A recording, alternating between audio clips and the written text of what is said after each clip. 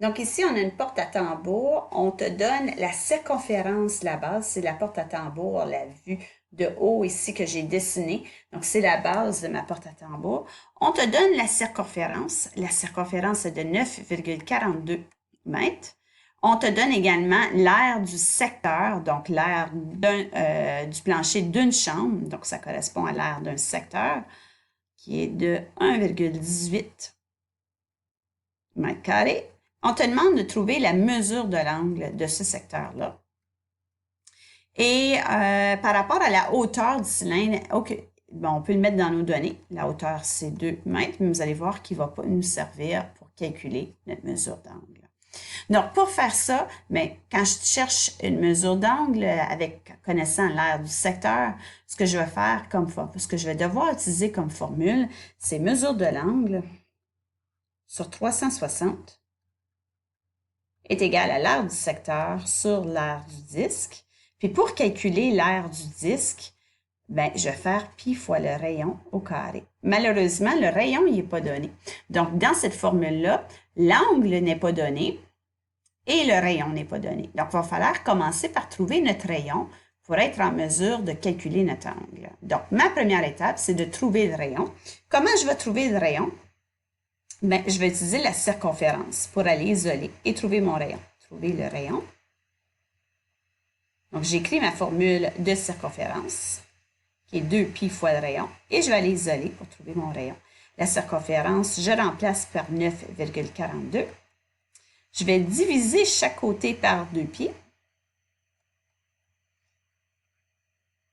Puis, je vais obtenir que le rayon, mais là, il va falloir que je fasse mon calcul. J'essaie de descendre un petit peu ici. Comme ça.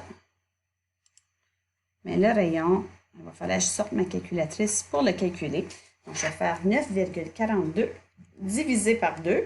Je vais laisser pi de côté. Ça me donne 4,71.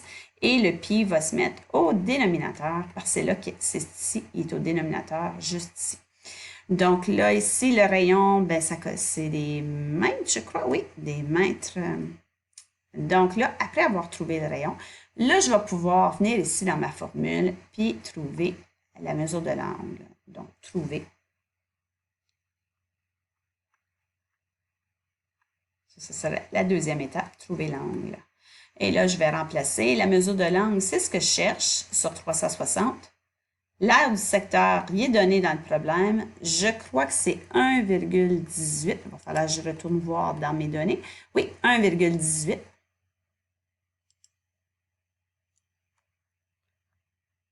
1,18 et fois pi fois le rayon au carré. Puis là, mon rayon, c'est 4,71 sur pi.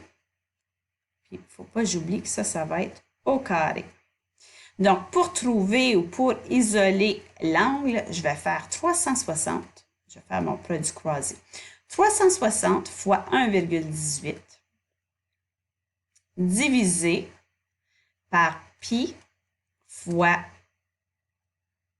4,71 divisé par pi au carré. Maintenant, réduire ça, c'est pas si simple que ça. Donc, je vais vous guider avec ça. Je vais commencer par faire 360 fois 1,18. J'obtiens 424,8. Et là, au dénominateur, ben, je vais faire le 4,71 au carré. J'obtiens 22,1841. Donc, 22,1841.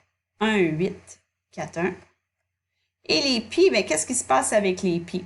Bien, l'exposant 2 ici s'affecte à chaque... Il est appliqué sur chacun des nombres dans la parenthèse. Donc, il est appliqué au 4,71, c'est ce que j'ai fait tantôt. Puis, il va être appliqué au pi ici. Donc, pi fois, et je vais avoir pi, si je mets ça ici comme calcul brouillon, je vais avoir pi au numérateur, puis pi sur 2 au dénominateur. Donc là, il y a un pi qui va s'annuler. Donc, ce pi-là va s'annuler avec un des pi que je vais avoir au dénominateur. Mais ce qui va me rester, c'est qu'il va m'en rester un au dénominateur ici. Donc, ça fait sur pi. Et là, comment on traite ça? Bien, on se rappelle qu'une division, pour multiplier, pour diviser plutôt, vous avez appris à diviser des fractions, on peut simplement multiplier par l'inverse. Donc ça, c'est 424 divisé par 20. J'arrive au bout de ma tablette bambou, c'est pour ça que ça n'écrit plus. 22,1841 sur pi.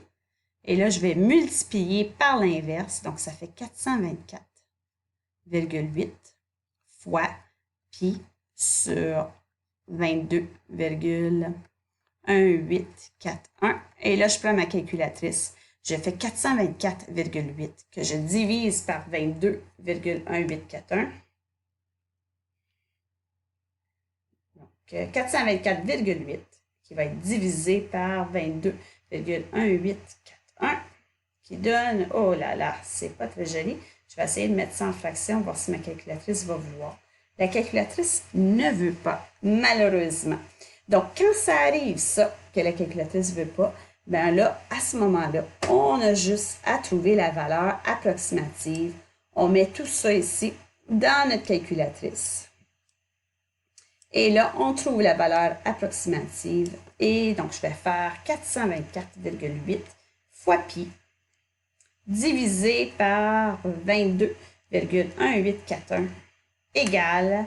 Et là, la réponse, ben, tu peux l'arrondir soit au dixième ou au centième près. Ce serait acceptable. Donc, j'obtiens 60,16 degrés. Et voilà. Ben là, probablement que c'est un angle de 60 degrés parce que 360, ça se divise bien. Si on le divise en 6, donc s'il y a 6 chambres dans notre porte à tambour, ben là, ça fait un angle de 60. Donc, si tu obtiens 60, c'est bon. Et voilà.